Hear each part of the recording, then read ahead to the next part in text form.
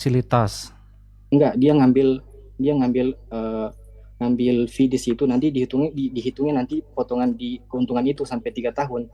Tapi qadarullah 3 tahun ini kan nggak sampai, tapi sudah ngambil pengambilan. Nah Baik, itu apakah apakah itu jatuhannya utang atau pinjaman atau gimana, Ustaz? baik. Cukup insya Allah. Ya. Saya coba jawab dulu yang ini Pak ya. Kaitannya dengan mudharabah. Nanti bisa ajukan lagi pertanyaannya karena juga tadi suaranya agak putus-putus ya. Yang pertama, kalau kita membahas mudharabah, dia akan menjadi akad yang sifatnya lazim atau akad yang sifatnya mengikat ketika tadi sudah dibatasi oleh waktu gitu ya. Jadi artinya kalau mengikat itu dia tidak bisa sebenarnya secara prinsip dibatalkan secara sepihak ya, kecuali apa namanya, si pihak satunya setuju gitu ya. Sehingga kalau misalkan kita buatkan seperti ini, nah, perjanjiannya adalah akad kita itu sampai tahun ketiga. Nah, dia mundur gitu kan di tahun pertama misalnya. Setelah 1 tahun dia exit atau dia mau berhenti. Nah, pertanyaannya adalah berapa hak dia gitu ya. Nah, kalau bicara hak kan sebenarnya ini hasil itu kan 30 dari hasil kan Pak. Berarti kalau sistemnya mau dibuat per tahun atau mau dibuat per 2 tahun atau mau dibuat per 3 tahun, sebenarnya kan nanti dari apa namanya pembukuan ya. Di sini kan sudah ada membukukan laba rugi ya. Jadi nanti di laporan keuangannya kan bisa dicek itu laporan keuangan untuk satu periode tahun ini gitu ya. Nah nanti dicek saja apakah di tahun pertama itu sudah ada laba atau belum. Nah nanti kan di tahun kedua itu juga sama, ada labanya di tahun kedua, itu bisa kita cek, termasuk nanti di tahun ketiga. Nah karena dia baru jalan kan di tahun yang pertama ini, ya sudah sebenarnya dia punya 30% hak dia dari laba yang ini saja gitu. Nah, sebagian lagi mengatakan kalau mudorobahnya mau dibatalkan secara sepihak, yang berhak didapatkan oleh pengelola adalah ujroh misal. Ujroh misal itu artinya justru gaji wajar. Sehingga karena mudorobahnya dibatalkan berarti dia tidak mendapatkan persen dari bagi hasil, tapi dia mendapatkan gaji wajar. Kamu kerja sebagai karyawan, gaji wajarmu berapa? Apakah 2 juta sebulan atau 3 juta sebulan misalkan. Tapi kalau misalkan Bapak mau tetap ngasih dia, ya sudahlah enggak apa-apa. Kita cek laporan keuangan di tahun pertama ini, terutama bagian laba rugi. Kelihatan misalkan oke, ada laba kita. Nah, kamu punya 30% dari laba. Nah, kemudian tadi kan dibahasakan atau disebut dia mengambil fasilitas atau barang ini barang itu yang itu sebenarnya punya perusahaan misalnya atau ditanggung perusahaan, itu statusnya bagaimana? Ya tinggal dilihat saja. Kalau misalkan keuntungan bersihnya di tahun pertama 200 juta misalkan, ya sudah, kan berarti yang menjadi hak dia kalau Bapak mau pakai eh, hitungan tadi, berapa hak orang ini? 30% dari 200 juta. Sudah. Nanti dicek lagi dia punya tanggungan berapa. Tanggungan itu ya tadi dia ngambil motor kah, kemudian dia tadi ambil apa lagi fasilitasnya, ya. Kenapa putus terus ini?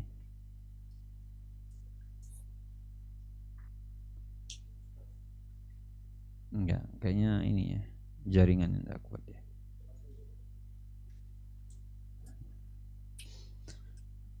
Baik, intinya dicek Pak. berapa hak orang itu, dan kemudian nanti dicek pula berapa tanggungan dia. Kalau ternyata minus, ya berarti jadi utang bagi dia. Dia harus cicil, dia harus bayar.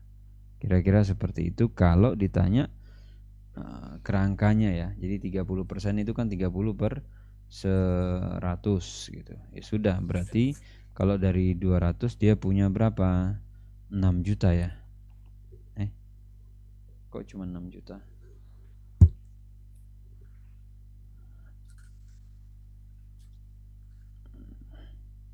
30% dari 200 juta. Oh, 60 juta ya. Ya benar, 60 juta. Nah, berarti kan hak dia misalkan 60 juta. Ya, cek berapa kemudian barang-barang yang dia ambil yang itu menjadi tanggungan dia. Misalkan dia ngambil sampai 70 juta. Ya kalau dikurangi 60 kan masih ada dia minus 10. Itu harus dibayar. Nah, tapi kalau ternyata pakai sistem gaji wajar karena dia membatalkan secara sepihak, makanya fungsi akad itu kita lihat apakah lazim atau apakah dia jais gitu ya. Kalau sudah mengikat dibatalkan sepihak, kita tidak berkenan. Terus bagaimana dengan kecapean dia dengan usaha dia? Ya sudah, kamu kita kasih gaji wajar karena kamu membatalkan secara sepihak. Ya, kalau gaji wajarnya 3 juta kali 12 misalkan 36 juta cuman. Atau kalau dikalikan 5 juta 12 60 juta misalnya. Ya mungkin mirip kalau dia 5 juta sebulan. Gitu Pak kira-kira untuk kasus ini mengenai ada kewajiban seseorang dan juga ada juga hak dia, maka tinggal kita lihat. Wallahu a'lam. Oh ya Ustaz, pertanyaan terakhir yang kedua singkat Ustaz. Baik, Apa kita maksud beralih di chat nih Ustaz.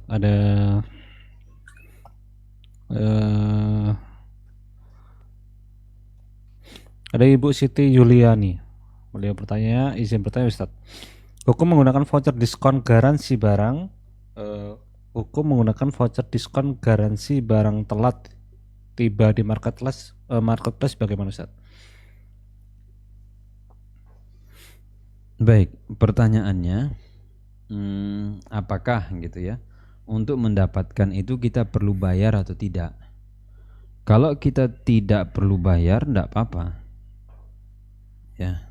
Kalau kita perlu bayar atau kita perlu keluar duit, enggak boleh. Kenapa kok enggak boleh? Karena jadinya goror. Kita membayar sudah, kalau misalkan nanti barangnya telat nyampe ke rumah kita, kan kita dikasih duit itu, atau kita dikasih kompensasi ya, misalkan apa, ada cashback dan seterusnya. Ini kita sudah keluar duit, berapa kita keluarkan dan yang kita dapatkan lebih gede. Tapi kalau misalkan fitur itu atau fasilitas tadi, kupon tadi, itu diberikan cuma-cuma, ya sudah, pokoknya ini kita kasih yang mau pakai. Atau misalkan dari marketplace itu di momen tertentu dia kasih, ya enggak masalah. Berarti kita menerima hadiah, menerima pemberian dari baik itu pihak seller ataupun dari pihak marketplace-nya. Terserahlah dari siapa yang ngasih. Intinya kita taunya kita cuma dikasih, Pak, ini kita kasih fasilitas Pak ya. Kalau barangnya telat, nyampe-nya terlambat, Bapak kita gratisin ongkosnya. Besok ongkosnya kita akan masukkan ke saldo. Atau Ibu tadi misalnya. Kira-kira seperti itu. Jadi tergantung si buyer itu atau customer itu keluar duit enggak dia untuk memanfaatkan si kupon atau si vouchernya tadi. Wallahu a'lam. Baik, kita beralih di resen. Ada Ibu Fitri Artati. Silakan Ibu untuk open mic-nya. Ya. Bismillahirrahmanirrahim. Assalamualaikum warahmatullahi wabarakatuh, Ustaz. Ya, Baik, silakan. ya, saya mau mengatakan ini terkait Aktifkan hadiah saham dari perusahaan, Ustaz. terlebih dahulu.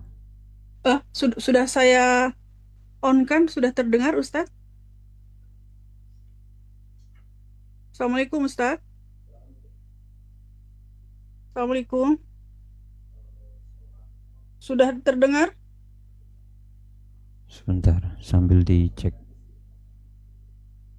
Assalamualaikum, Ustaz. Sudah dengar?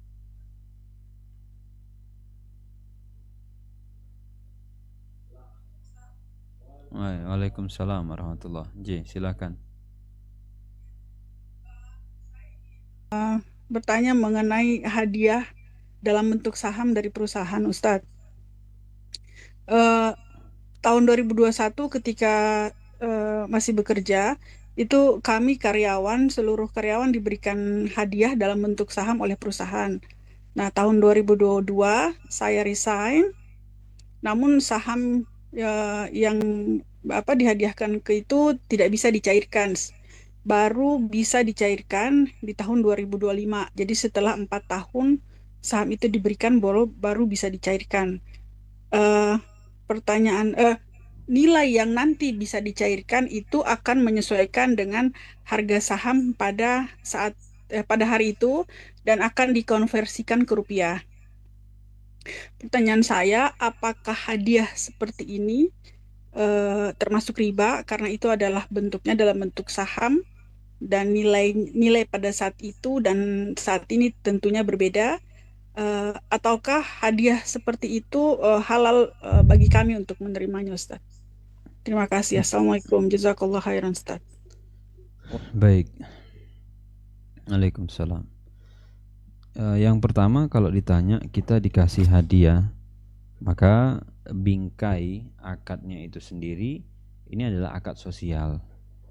Karena kan kita untuk mendapatkan itu tidak perlu membayar. Maka secara umum tidak ada masalah. Sama, kita dikasih hadiah, bentuk hadiahnya apa? Mungkin HP, mungkin buku, mungkin peralatan masak. Nah, cuma nanti dikasih dalam bentuk saham. Saham itu artinya apa? Ya, kita sebagai pemilik kan. Nah, kalau dikasih untuk karyawan berapa persen misalkan, saya tidak tahu ya. Misalnya anggap saja kita punya 0,001%. Nah, ini ya, kita kasih saham. Berapa sahamnya? Pokoknya dari keseluruhan perusahaan kamu punya saham 0,001%. Nah, kalau itu sudah diserahkan kepada kita. Nah, kalau bicara nilai ini kan nanti bisa beda-beda. Kalau misalnya nilai perusahaannya berapa nilai perusahaannya? Misalnya 500 M. Berarti nilai saham kita yang 0,001 itu akan berbeda jika harga perusahaan itu sudah berubah, bukan 500 M lagi gitu ya. Berapa misalnya? Jadi 2 triliun misalnya. Maka saham kita tetap sama 0,001%, tapi kalau dikalikan dengan 2 triliun ini kan jadi beda nilainya. Nah, ini biasanya paling gampang ya kita bisa lihat dengan laporan neraca ya, atau ya, ketahuan misalnya net aset dari perusahaan itu berapa, walaupun mungkin nanti untuk menghitung valuasi dan yang lain ya untuk harga saham per lembar itu bisa beda-beda. Tapi kalau ditanya apakah itu riba, jawabannya tidak riba. Itu bukan riba. Sebagaimana ya kalau kita membahas yang mirip dengan itu juga kasus warisan. Di dalam kasus waris itu misalnya kita punya nih berapa? 16,67% dari total harta warisan.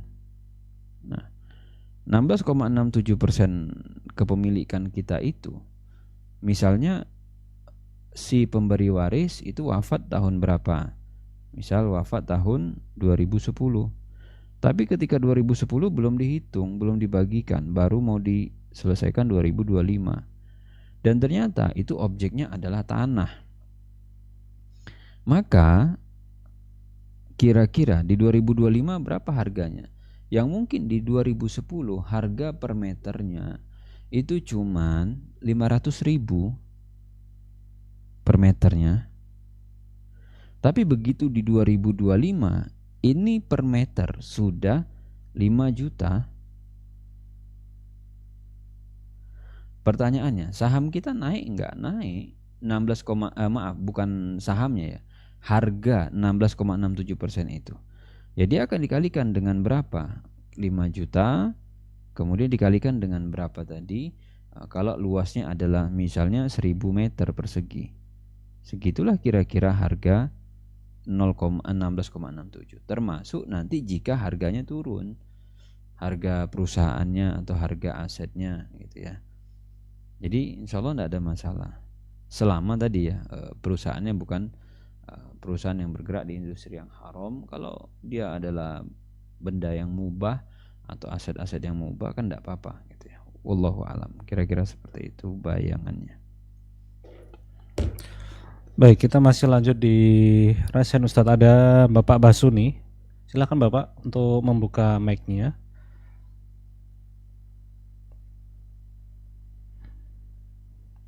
Bismillah, Assalamualaikum Ustadz. Waalaikumsalam warahmatullahi wabarakatuh. Silakan Bapak. Ustadz, Ana mau nanya, usaha Ana di bidang desain dan dekorasi interior. Ana menawarkan katalog item produk interior yang belum Ana miliki. Lalu klien itu melakukan pembayaran ke Ana itu bertahap Ustadz. 35% itu tahap gambar, 35% itu setelah gambar di ACC dan akan dilakukan pengerjaan, 30% sisanya saat pelunasan. Saya tidak punya barang dan produksi saya lempar lagi ke vendor, itu bagaimana ya Ustadz akadnya? Baik.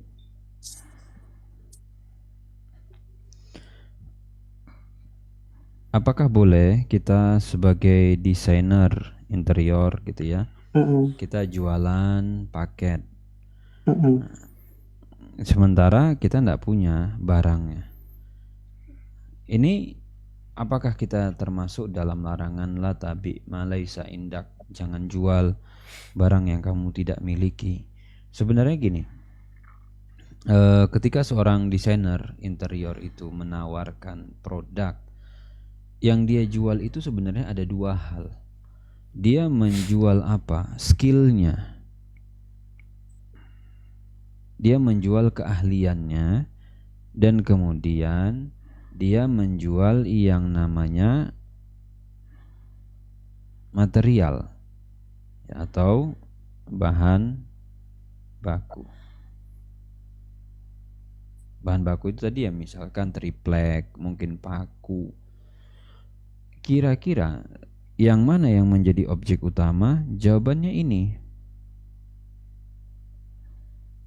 objek utama. Sedangkan bahan baku tadi itu adalah objek turunan atau objek pelengkap. Sehingga kalau seorang desainer interior dia menjual semacam itu, boleh nggak? Jawabannya boleh. Karena yang dia jual adalah skill, dan skill ini kan sifatnya melekat. Ada pada si penjual itu sendiri. Ada. Saya bisa, Mbak, mendesainkan atau saya bisa nih menyiapkan ruangan nih yang misalnya minimalis atau yang seperti apa modern dan yang lain. Saya punya skill itu. Sebenarnya yang dibutuhkan oleh klien atau yang dibutuhkan oleh pengguna jasa kita, dia bukan mau cari bahan baku, Pak.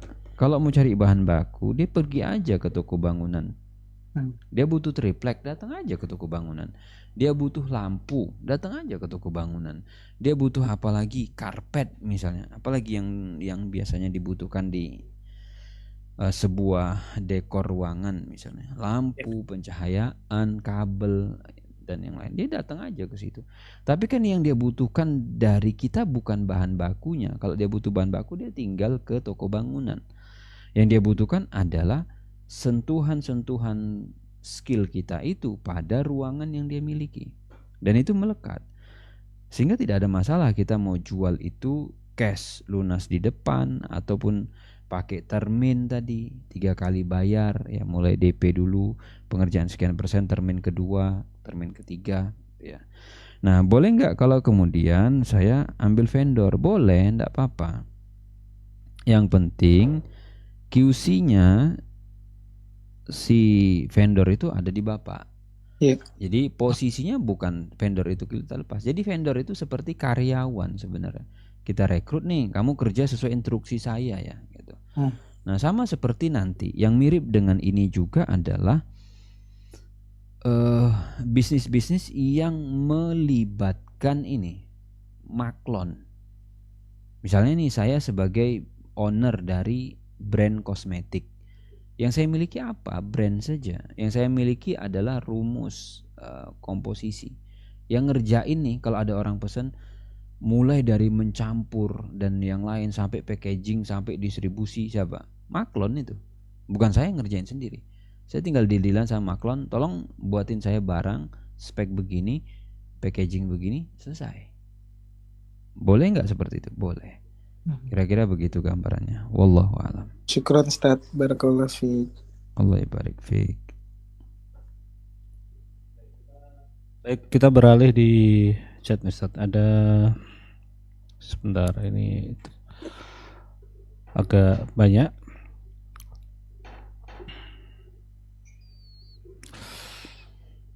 Ada Abu Naufal. Beliau bertanya terkait dengan just tip. Pertanyaannya adalah, jika kita nitip beli nasi goreng kepada teman satu kos yang pulang dari kerja melalui WA, kemudian dikatakan kepada just tipper, silahkan pesan sekalian yang kamu mau. Di situ ada jualan selain nasi goreng. Uang diserahkan setelah si just tipper tersebut sampai di tempat kos, termasuk uang untuk makanan yang dipesan si just tipper. Apakah boleh transaksi ini? Jika tidak boleh, bagaimana solusinya? Baik. Kalau dilihat gitu ya, sistem titip yang ideal, sistem titip yang ideal ya, kita bicara yang ideal dalam artian ini disepakati, tidak ada masalah. Maksudnya tidak ada masalah, celah apa namanya itu, celah diskusinya insya Allah sudah tidak ada gitu. Maksudnya ideal adalah ketika kita sebagai pembeli, orang yang kita titipin itu kan wakilnya kita.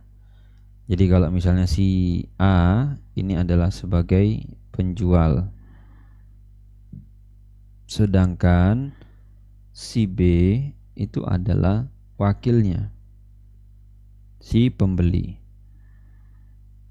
dan pembeli aslinya adalah si C. Ini pembeli. Ketika si C minta ke B, tolong dong beliin nasi goreng gitu ya. Idealnya adalah si A si C sudah kasih duit dulu. Ini duitnya ya. Tolong pakai duit ini untuk beli nasi goreng. Sehingga tugas B tinggal datang ke A, beli nasi gorengnya. Gitu. Dan bentuk ngasih duit itu kan bisa dikasih duitnya di depan dalam bentuk tunai atau ditransfer. Minta nomor rekening kamu biar saya transfer. Kalau zaman sekarang kan memungkinkan ya. Kita apalagi teman dekat atau teman satu kos, rasa-rasanya aneh kalau kita nggak tahu nomor rekening dia. Atau ya minta nomor rekeningnya lah, saya mau transfer untuk nasi goreng gitu ya. Setelah itu nanti si B tinggal membelikan saja. Kalau seperti itu tidak ada masalah. Kalaupun misalnya kita membayar atau kita mentraktir si B. Jadi wakil tadi bisa saja dia membelikan nasi goreng kita secara gratisan, atau kita belikan dia dengan cara kita bayar. Bentuk bayaran itu bisa dalam bentuk duit, bisa juga dalam bentuk nasi goreng, atau dalam bentuk misalnya mie ayam, bakso, bakmi dan sejenisnya. Itu yang ideal sebenarnya. Nah, ada yang tidak ideal adalah ketika tadi si C nggak transfer dulu, atau si C nggak ngasih duit dulu ke si A, ke si B. Akhirnya yang terjadi adalah transaksi jual beli nasi goreng itu ditalangi oleh si B.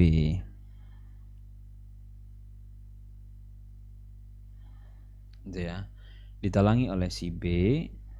Kemudian baru nanti setelah datang yang kedua, si C ganti kepada si B tadi. Berarti kan di situ sebenarnya ada fase di mana si B ngutangin C. Nah, kemudian artinya kalau ditalangi itu kan B ngutangin. Lalu kemudian si B tadi ditraktir. Nah, di sini boleh nggak, yang menjadi pertanyaan kan ini, boleh nggak sih saya sebagai si C, sebagai pihak yang ditalangi oleh si B, kemudian saya traktir si B, riba nggak gitu loh. Nah, ini biasanya nanti dilihat ke kondisi masing-masing. Kalau memang kita udah biasa gitu loh, saling kasih hadiah, udah biasa yang seperti itu, maka yang dominan adalah traktiran itu bukan muncul karena dia ngutangin kita, tapi karena apa? Ya sudah, kita dibantu oleh dia. Tapi ada juga yang berpendapat mengatakan yang seperti ini riba karena posisi si B mendapatkan traktiran gara-gara B ngutangin C. Jadi dengan bahasa lain kira-kira begini tuh untuk pendapat yang mengatakan tidak boleh. Si B seolah-olah bilang ke C, C saya nggak akan mau nih beliin kamu nasi goreng kalau kamu nggak traktir saya. Nah kira-kira begitu bahasanya. Mana yang lebih kuat? Wallahu alam ya. Yang paling direkomendasikan tadi yang pertama supaya keluar dari perbedaan pendapat ini.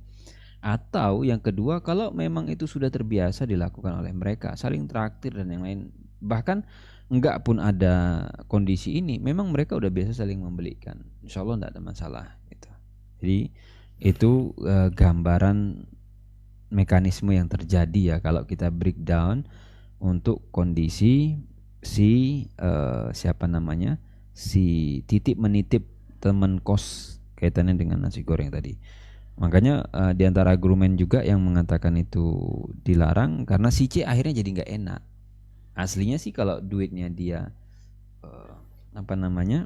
tapi kalau si C pokoknya tiap saya nitip kamu pasti tak kasih gitu. Itu insya Allah nggak ada masalah ya. Berarti pertimbangannya bukan karena diutangi. Wallahu a'lam. Baik, masih di chat Ustaz. Ada Bapak Edit. Apakah jika kita memesan furnitur rumah custom, misal kitchen set, apakah tidak apa-apa men-DP Ustaz? Atau baiknya lunas langsung? Kalau ini tergantung Pak. Maksudnya tergantung itu adalah yang kita pesan atau si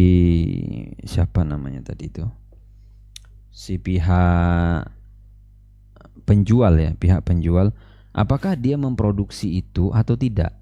Kalau dia, ini kan bukan permasalahan sebaiknya atau tidak sebaiknya ya, tapi halal atau haram gitu, boleh atau tidak. Kalau si penjual ini memang produsen langsung Pak ya, jadi kalau yang penjual ya memang kita datang ke tukang kayunya, kita datang ke tukang mebelnya. Nah kalau memang si A itu ya dia yang garap, dia produsen langsung itu, enggak apa-apa. Bapak mau bayar DP boleh, nggak bayar dulu pesen doang juga boleh, atau nanti bayarnya per termin bertahap juga boleh, silakan gitu. Jadi itu nanti yang seperti ini skemanya adalah skema istisna. Nah untuk istisna itu boleh, nggak apa-apa. Karena yang sebenarnya kita cari dari si A itu adalah skillnya, kemampuan dia mengubah bahan baku tadi menjadi bahan final seperti yang kita inginkan, custom begini-begini. Nah umumnya sih kalau model-model yang custom gitu kita biasanya ordernya ke produsen, enggak apa-apa, boleh. Dan pastikan juga si A-nya amanah. Jadi jangan sampai nanti kadung bayar di depan lunas, uangnya dibawa kabur. Enggak apa-apa, boleh bertermin gitu. Kira-kira seperti itu. Wallahu a'lam. Baik, masih di chat Ustadz. Ada Bapak Hari Asyari. Beliau bertanya, apakah ganti spare part laptop seperti ganti layar, ganti keyboard dan seterusnya, tetapi spare part belum ada Ustadz, apakah bisa pakai akad istisna atau boleh diminta DP dulu kepada user? Oke. Kalau ditanya boleh nggak istisna pada skema ini, jawabannya nggak boleh.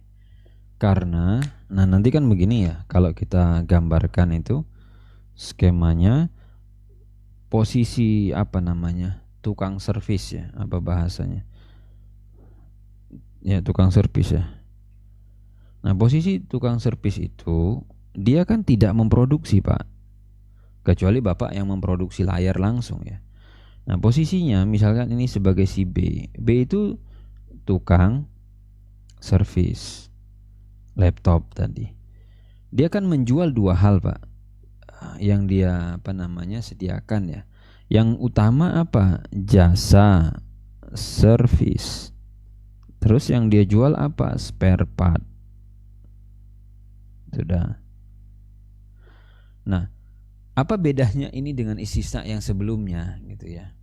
Beda. Kan tadi ada tuh yang interior ya, desain interior tadi gitu ya. Itu beda. Karena si tukang servis itu dia tidak merangkai gitu, tidak mengubah bahan mentah menjadi bahan menjadi satu produk baru, tidak.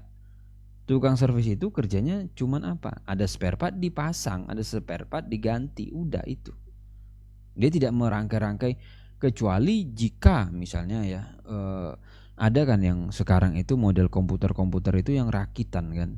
Nah, ada orang-orang dengan skill tertentu, kita misalnya nih saya butuh nih untuk render video, saya butuh nih dengan spek ini, tolong dirakitkan.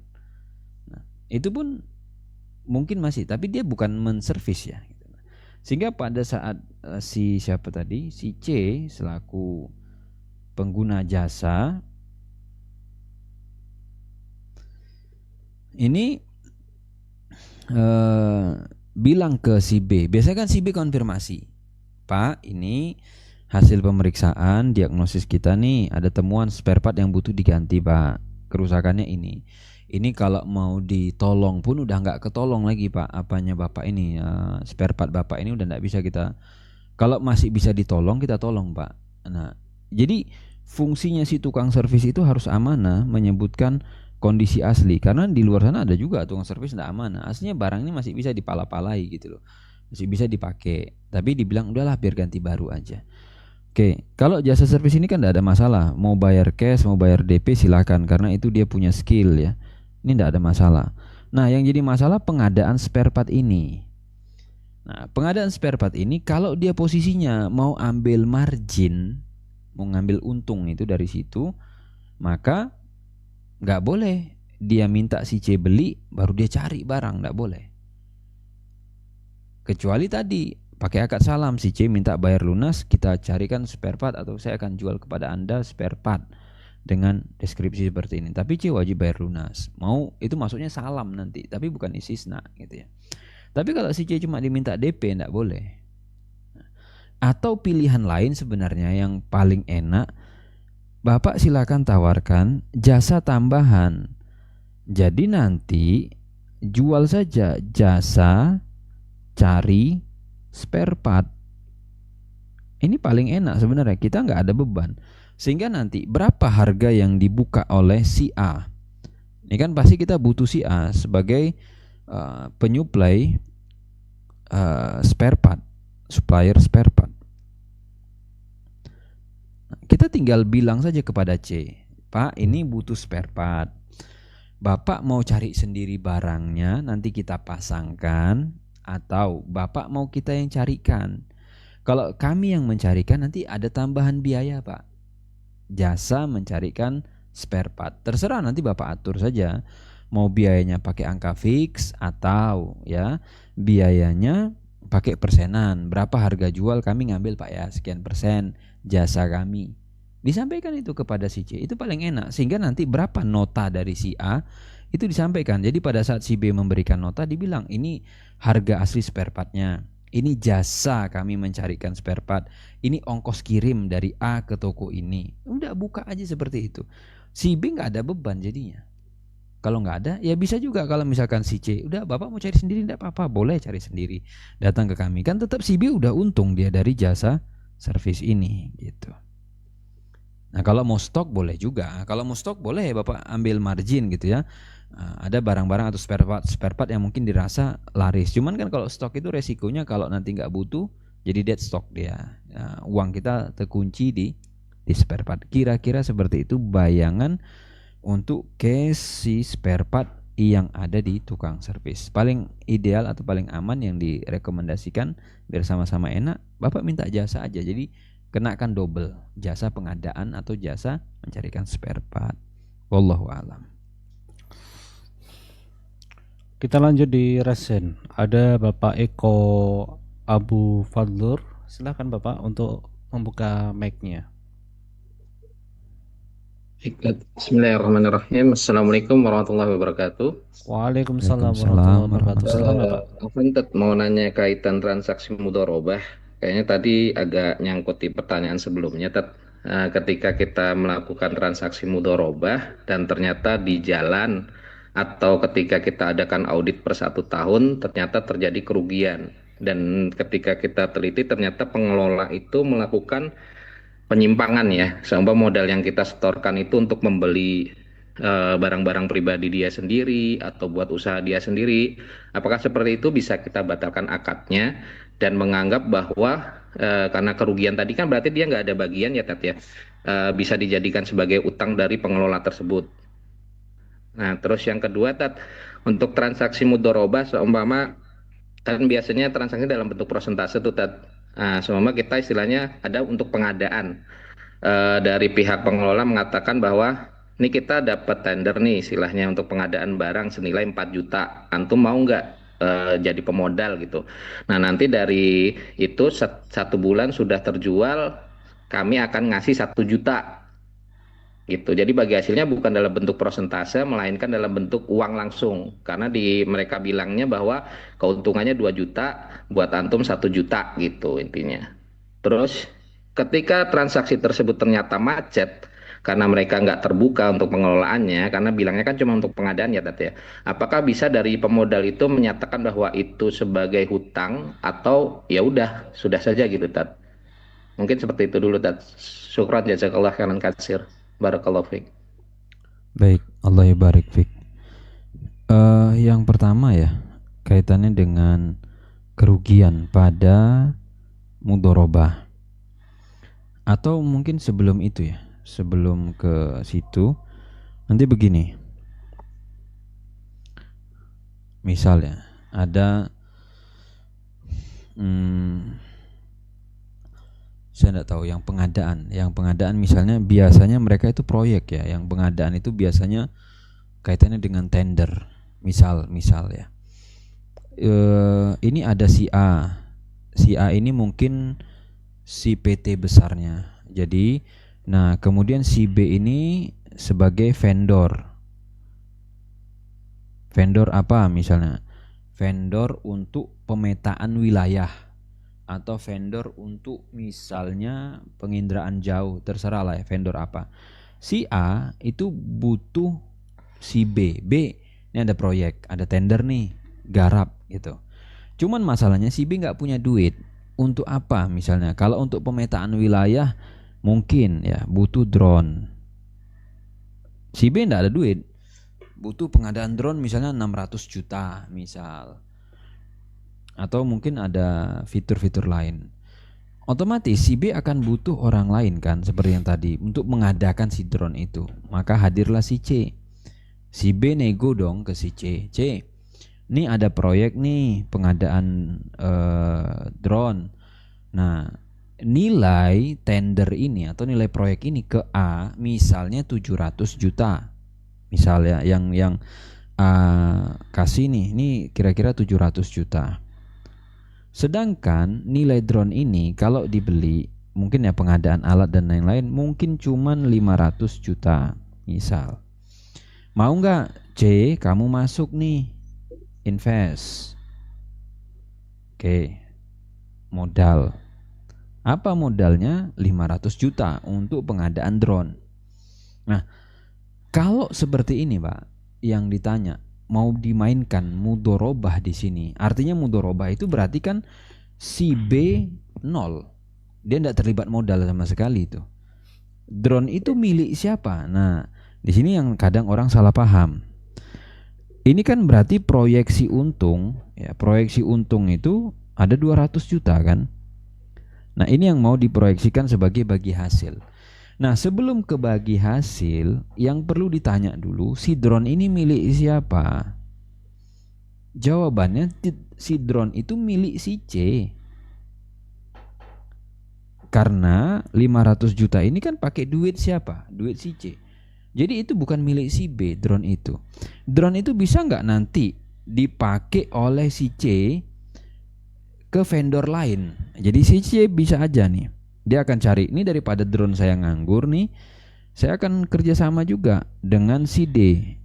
D, tolong dong kamu carikan nih vendor, perusahaan yang membutuhkan tender ataupun proyek pemetaan wilayah, misalnya ketemu VT PTX, ya sudah, nanti berapa nilai proyeknya dan seterusnya. Tapi si drone itu milik siapa? Miliknya si C. Baru nanti kalau ada keuntungan 200 juta itu dibagi antara C dengan si B. Biasanya si C akan minta agak lebih gede, walaupun si B punya skill ya, dan si B kan punya jaringan ke si A, tapi itu nggak jalan kalau duit si C nggak masuk. Jadi itu dulu yang harus dikunci. Si aset ini kalau di laporan apa namanya, neracanya, balance sheet-nya akan ke peta kan. Nah, itu punya siapa? Yang namanya mudharabah yaitu punya si C. Nah, kemudian kalau tadi dibahasakan, terlepas dari ini ya, kita masuk ke kerugian ini. Kalau misalkan sebuah project ataupun kemudian tadi mengalami kerugian, nah boleh nggak si C menagih, minta si B atau si pengelola tanggung jawab? Tergantung risiko tadi, kerugian tadi muncul apakah karena si B-nya taadi melakukan tindakan-tindakan yang melampaui batas, atau misalnya melakukan atau dia tafrid, tidak melakukan yang harusnya dia lakukan. Contoh yang melampaui batas apa? Misalnya si drone ini itu jarak terbangnya maksimal 10 kilo. Dia nekat bablas dari 10 kilo, jatuh misalnya. Nah, berarti kamu melampaui batas. Atau tafrid misalnya. Tafrid itu apa? Tidak melakukan hal yang harusnya dia lakukan. Teledor dia. Harusnya drone itu ketika disimpan di boxnya sendiri, tapi dimasukkan ke tas biasa, ke banting, pecah. Nah, itu teledor. Tapi kalau dia tidak taati, tidak tafrid, tidak one prestasi, tidak boleh kita tuntut dia. Yang penting dia amanah, tidak bisa jadi utang. Ya sudah, sama-sama rugi. Dia nggak dapat bagi hasil, kita nggak dapat. Dia rugi waktu, rugi tenaga, kita rugi duit. Tapi kalau tadi ada one prestasi, terbukti kerusakan, kerugian muncul karena kelalaian, keteledoran, tindakan-tindakan dia yang melampaui batas, dia boleh dituntut. Karena itu bukti dia tidak amanah.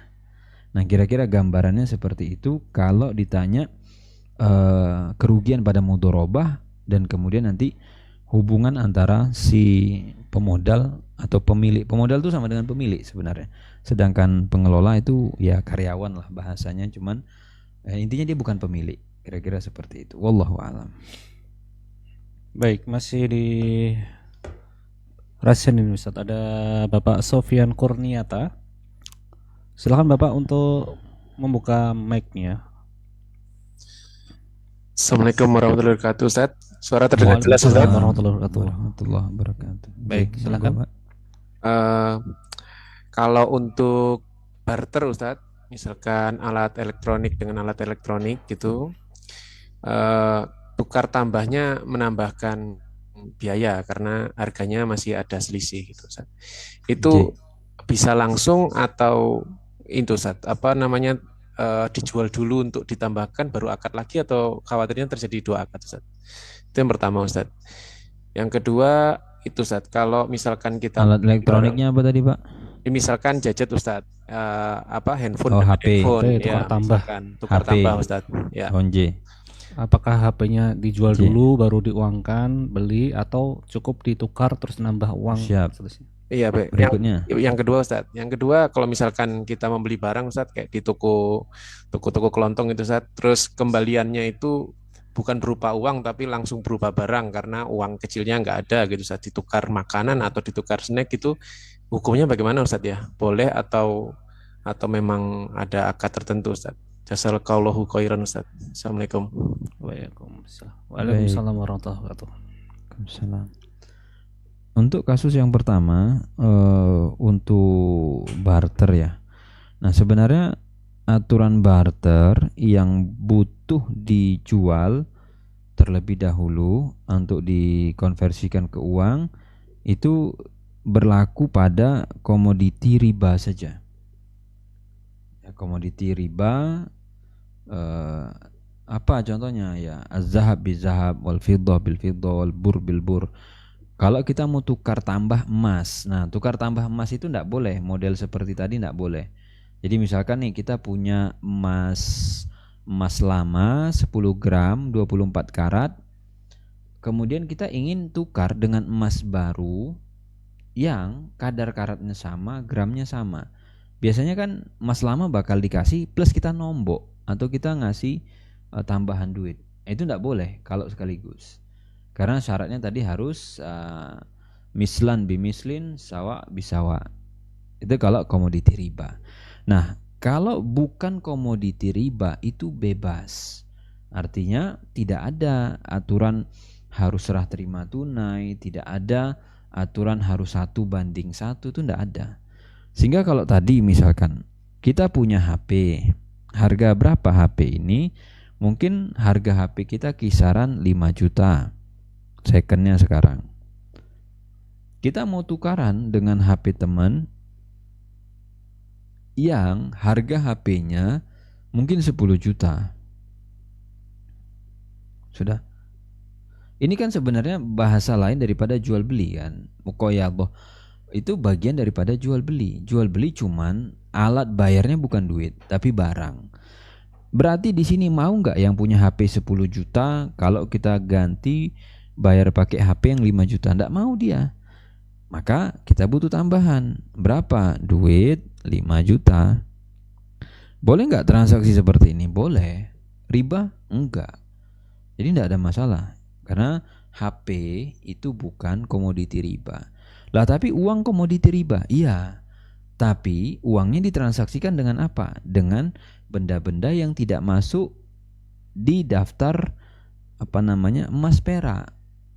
Ya enggak ada masalah. Sama kan seperti boleh enggak beli beras bayarnya kredit, beras bayar pakai duit, ya boleh, enggak apa-apa. Ngebond dulu ke warung kalau warungnya mau, boleh. Nah itu kaitannya dengan tukar tambah alat elektronik. Enggak perlu dijual dulu, bisa langsung sekaligus ditaksir berapa barang kita, berapa yang mau kita dapatkan, apakah kita yang harus bayar lebih atau yang sana yang bayar. Nah kemudian soal yang kedua mengenai uang kembalian. Nah sebenarnya di situ ada jual beli lagi, jual beli baru di situ. Karena kan uang kita harusnya, berarti kan si siapa namanya tadi, si penjual harusnya itu menyerahkan duit kepada si pembeli. Maksudnya ada duitnya si pembeli yang dipenjual. Si B itu misalnya pembeli, nah si A itu penjual. Jadi kalau belanjaan kita 9.000, kita ngasih duit berapa? 10.000. Kan sebenarnya ada uang kita, ada uang si B tadi 1.000 di A. Harusnya itu yang dikasih A ke B. Tapi kemudian si A bilang, boleh nggak kalau 1.000 ini kamu beliin permen aja? Boleh nggak kalau 1.000 ini kemudian nanti kamu belikan yang lain, misalnya terasi atau apapun? Aslinya si B boleh saja menolak. Kalau si B tidak berkenan, tidak, mohon maaf, balikkan dalam bentuk duit 1.000, kasih ke saya 1.000 gitu. Tapi kalau si B tidak mempermasalahkan, ya sah-sah saja. Tapi makanya kan ada yang video lucu ya. Si pembeli itu karena tiap hari dikasih permen susuannya atau kembaliannya sama dia, permennya dikumpulin. Besok pas dia mau belanja, berapa belanjaan saya? 1.000, disuntek kan, dituang permennya ke meja si penjual. Ini Pak, saya bayarnya pakai permen, kan kembalian saya kemarin pakai permen. Ini nilai permen saya 1.000 gitu. Ya itu hanya lucu-lucuan aja. Wallahu alam, itu kembali ke pembeli sebenarnya. Kira-kira seperti itu. Baik.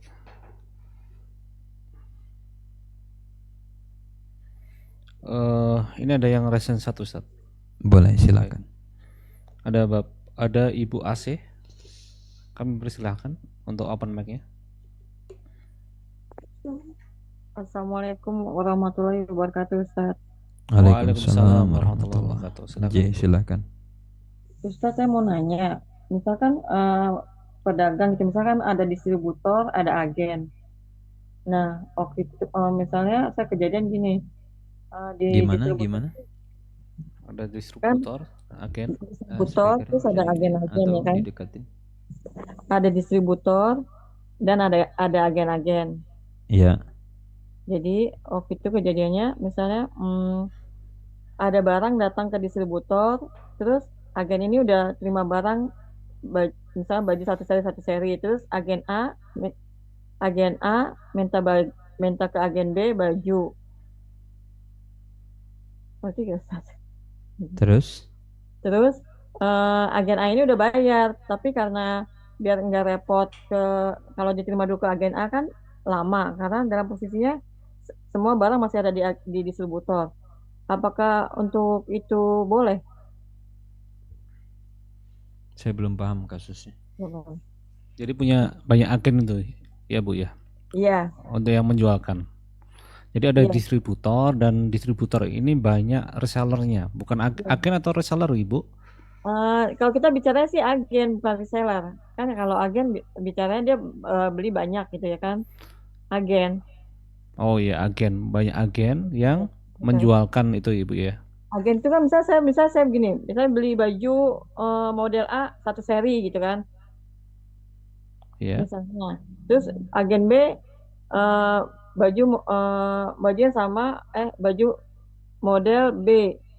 Tapi agen B perlu baju satu pieces dari model A. Apakah agen A ini boleh langsung menjual tanpa harus menerima atau gimana? Kadang kadang Oh, kan dia barangnya udah nyampe berpikir ke ibu atau belum dari Barangnya distributor? sudah sampai di agen A atau belum Ibu? belum. Maksudnya Belum. tidak apa biaya dua kali ya mungkin kayak begitu. Tapi harganya sih harga reseller gitu, bukan harga agen Ini gitu kan. berarti yang B itu sub agen itu Ibu ya, yang menjualkan terus pesan ke agen A gitu ya? Enggak. Jadi distributor itu kan distributor itu mempunyai agen banyak. Maksudnya distributor itu jualan baju baju misalkan. Terus ada agen-agen yang beli ke dia gitu. Jadi agen dari Jakarta, dari Palembang, dari segala macam Iya. seluruh Indonesia gitu. Oke, saya konfirmasi ya. Intinya ibu beli barang dari distributor, barangnya belum nyampe, terus ada yang mau beli barang itu dari ibu gitu. Ya. Iya, Gitu dengan ya harga pertanyaannya. bukan harga gitu, reseller. Pertanyaannya apakah boleh gitu? Ibu ngambil untung nggak dari penjualan itu? Iya. Oke, kalau ibu ngambil untung maka nggak boleh. Jadi tunggu barangnya datang baru kita bisa menjual. Jadi larangan untuk la tabi malaisa indak itu adalah posisinya gitu ya. Posisinya si kita kecuali barang udah nyampe ya. Jadi patokannya bukan masalah kita sudah bayar ke distributor atau belum, tapi apakah resiko barang itu sudah pindah ke kita atau belum. Nah, kalau resiko barang sudah pindah dalam artian barang sudah nyampe ke kita, kemudian ada yang mau beli, boleh kita jual gitu. Tapi kalau barangnya belum nyampe gimana? Boleh nggak kita jual gitu kan ke pembeli? Maka jawabannya nggak boleh kecuali kalau memang pakai skemanya skema salam gitu ya. Nah, cuma nanti pembahasan mengenai skema salam itu dia tidak boleh ke barang-barang yang sifatnya spesifik gitu ya. Kecuali memang ketersediaan barang itu di pasar banyak. Nah, itu sehingga kalau barang tadi hilang di jalan atau kececer, kita bisa menghadirkan barang lain yang speknya sama dari tempat lain gitu. Itu nanti ada kajian sendiri tentang salam. Tapi secara umum kalau memang stok itu terbatas ya, ketersediaan di pasar juga terbatas, nah boleh nggak kita jual? Nggak bisa gitu. Jadi tunggu tiba dulu di tempat kita. Kira-kira seperti itu. Kecuali ibu nggak ngambil untung gitu ya. Ya sudah, ambil aja satu. Gitu. Nah kalau di situ nggak ada masalah. Sama Kalau kita seperti jual, gini. kita ambil untung boleh, tapi kalau kita ambil untung itu nggak boleh ya? Enggak. Ya sama seperti nanti ketika kita kan kalau kita nggak ngambil untung kan kita nggak jual apa-apa kan. Iya, iya. Ya sudah bayar aja barangnya. Gitu. Oh, Tapi kan terus oh, kita apa udah namanya biasanya agen nggak mau dong ke agen lain nggak Iya. ngambil untung kan. Iya. Kira-kira seperti itu. Kalau misalnya kita kan misalnya saya baru tahu nih misal gitu ya, tapi saya udah ngelakuin gitu kan Ustaz. Oh yang sudah berlalu gimana? Ya sudah kita bertobat kepada Allah dan kemudian tidak diulangi lagi gitu. Tinggal besok kalau misalkan mau transaksi atau penjualan ya paling tadi si bayarnya disuruh nunggu gitu loh. Kan kalau ongkos kirimnya nggak double, sebenarnya kan kita cuma menanggung satu kan ongkos kirim dari distributor ke kita. Nah disitulah bentuk keseimbangan syariat. Al-kharaju bid-dhaman itu ibu kan akhirnya enak dong dapat untung tanpa ibu nanggung resiko kan. Kalau misalkan dari distributor langsung dibelokkan ke si agen satunya, yang nanggung biaya siapa? Agen satunya kan? Gitu. Kita nggak keluar apa-apa, nggak ada nanggung resiko apa-apa gitu loh. Makanya masukkan dulu barang ke kita, baru kita jual gitu.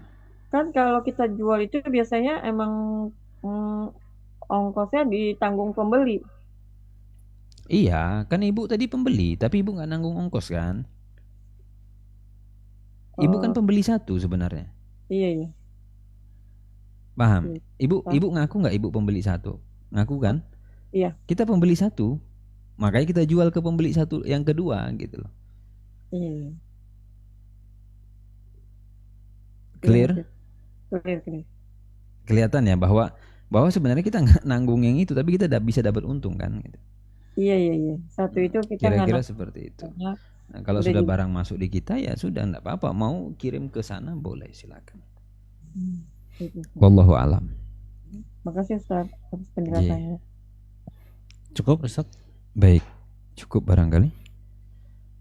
Ya, terima kasih Bapak Ibu yang sudah bergabung pada kesempatan malam hari ini. Atas partisipasinya, semoga Allah berikan ilmu yang berkah dan bermanfaat untuk kita. Mohon maaf untuk hal-hal yang kurang berkenan. Wassalamualaikum. Saya kembalikan ke moderator. Jazakumullah khairan Ustadz Muhammad Abu Rifai yang sudah membersamai kita kali ini.